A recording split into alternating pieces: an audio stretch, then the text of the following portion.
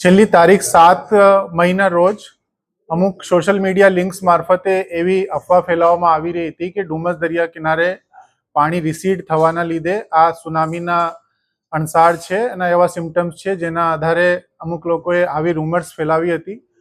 Police અમારી જે સાયબરની team છે તાત્કાલિક એમાં જોડાવવામાં આવી અને એવા લિંક્સ આઈડેન્ટિફાઈ કરવામાં આવ્યા છે. 11 લિંક્સ જે હતા એ આઈડેન્ટિફાઈ કરી અને લિંક્સ દૂર કરવા માટે કન્સર્ન એજન્સીને પણ લખવામાં આવ્યું છે અને જે વ્યક્તિ આવા પ્રકારના રૂમર્સ ફેલાવતા હતા એમને આઈડેન્ટિફાઈ કરીને એમના વિરુદ્ધમાં ગુનો દાખલ કરવાની તજવીજ ચાલુ છે. એક આઈડેન્ટિફાઈડ થયેલું માણસ જેનું નામ શુભમ અશોક જાંગીર છે, બેસિકલી રાજસ્થાનથી બિલોંગ કરે છે.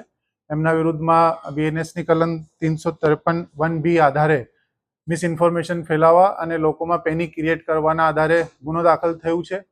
આપના મારફતે હું એક વિનંતી કરવા માંગુ છું કે આવી કોઈ પણ પ્રકારની ન્યૂઝને આગળ ફોરવર્ડ ના કરવામાં આવે અને આ બધી જ ર્યુમર્સ જે છે બેસલેસ અને મિસઇન્ફોર્મેશન છે. આવી કોઈ પણ બાબત થયેલ નથી અને આ એકદમ સત્યથી વિપરીત છે, કેમ કે આ એકદમ નેચરલ ફિનોમિના છે. જે પાણી હાઈ ટાઈડ થાય ત્યારે ઉપર આવી જાય છે, લો ટાઈડ થાય ત્યારે પછી પાણી પાછળ જતું રહે છે. આવી ઘટના એકદમ નેચરલી બનતી હોય છે, પરંતુ એને મિસઇન્ફોર્મેશન ફેલાવીને લોકોની અંદર એક અલગ પ્રકારનું પેનિક ક્રિએટ કરવામાં આવતું, એટલે તાત્કાલિક કાર્યવાહી હાથ ધરવામાં આવી છે. આને લગતી અધિકૃત એજન્સીઓ છે, એજન્સીઓના મારફતે જ્યારે કોઈ ન્યૂઝ આવે તેને જ ધ્યાને મૂકવા અમારી ખાસ વિનંતી છે. અમારા જે લોકલ પોલીસ તંત્ર છે એમને પણ ત્યાંના દરિયા કિનારેના જે ગામો છે એમના ગ્રામજનોની સાથે પણ વાત કરી અને એવા કોઈ લિંક એને ધ્યાને આવે તો એ તાત્કાલિક પોલીસને રિપોર્ટ કરવા માટે પણ કહેવામાં આવેલું છે. એમને જાગૃત કરવામાં આવ્યા છે અને બાકીની જે આગળની કાર્યવાહી ગુનો દાખલ કરીને અપરાધી વિરુદ્ધમાં કરવામાં આવશે એ આપને જણાવવામાં આવ્યું. અમુક લિંક્સ જે છે જાતે ક્રિએટ કરવામાં આવી હતી, અમુક લિંક્સ જે ફોરવર્ડ કરવામાં આવી હતી, એટલે 11 લિંક્સ અત્યાર સુધી અમે મેટામાં રિપોર્ટ કર્યા છે જે હટાવી દેવામાં આવેલા છે અને જે મૂળ રૂપથી સૌથી પહેલા અને વધારે પડતી લિંક પ્રસારિત થઈ હતી જેમાં એ વિરુદ્ધ મેં જે કીધું આપને એક આરોપીના વિરુદ્ધમાં ગુનો દાખલ કરીને આગળની કાર્યવાही કરી है. ये बेसिकली राजस्थान के करौली राजस्थान का रहने वाला है और इसका जो है इंस्टा आईडी है वो शुभू करके एक इंस्टा आईडी है वो आइडेंटिफाई किया गया है और उसी में आगे कार्रवाई चल रही है. લોકો ગભરાયેલા છે, લોકોને શું અપીલ કરીશ?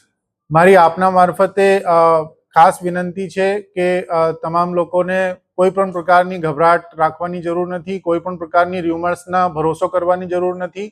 એવી કોઈ પણ બાબત જે છે એ ક્યારેક પણ એવું બનતું હોય તો અધિકૃત એજન્સીઓ છે, ધારો કે અધિકૃત એજન્સીઓ એનડીએમએ છે, બાકી ઓર બીજી એજન્સીઓ છે, એમના મારફતે આ સૂચના આપવામાં આવે છે. આવી પ્રકારની સોશિયલ મીડિયા લિંક્સના મારફતે કોઈ વ્યક્તિ આવી ખોટી અફવા ફેલાવતો હોય, આવી કોઈ મિસઇન્ફોર્મેશન ફેલાવતો હોય તો એ કાયદાકીય રીતે ઇલીગલ છે, એમના વિરુદ્ધ ગુનો બને છે, એમના વિરુદ્ધ ગુનો દાખલ થઈ પણ રહ્યો છે.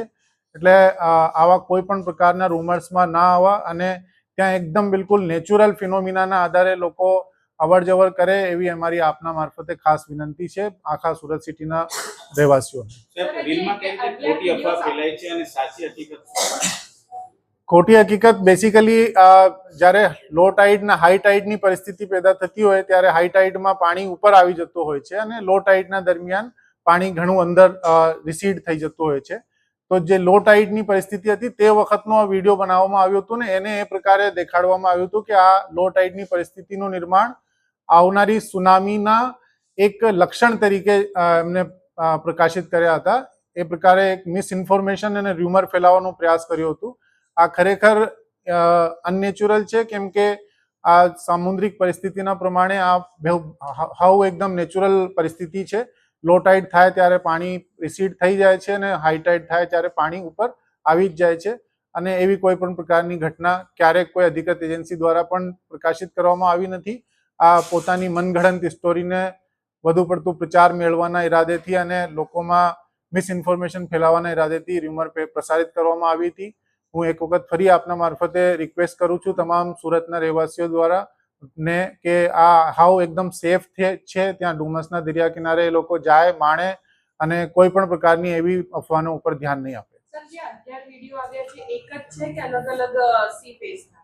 એ સી ફેસ ડુમસના જ છે, પરંતુ એ 11 વિડીયોમાં અમુક લિંક્સ જે છે એ પ્રસારિત કરવા માટે ફોરવર્ડિંગનું યુઝ કરવામાં આવ્યું હતું. અમુક જે છે એમને પોતે બનાવેલા હતા.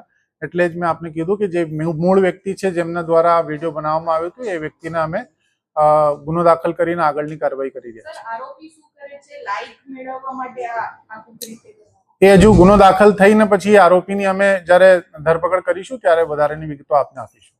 સાહેબ, લોકોમાં ડર ફેલાવો કેટલું ચિંતાજનક બાબત?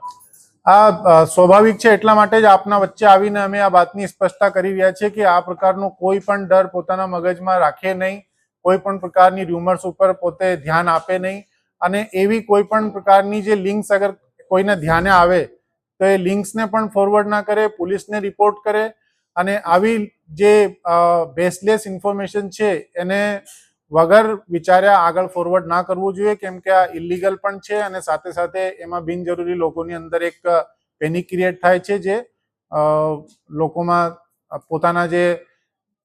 પોતાની સુરક્ષાને લઈને ચિંતા વધી જાય છે. પરંતુ સમયસર ધ્યાને આવતા તાત્કાલિક કાર્યવાહી હાથ ધરવામાં આવી છે.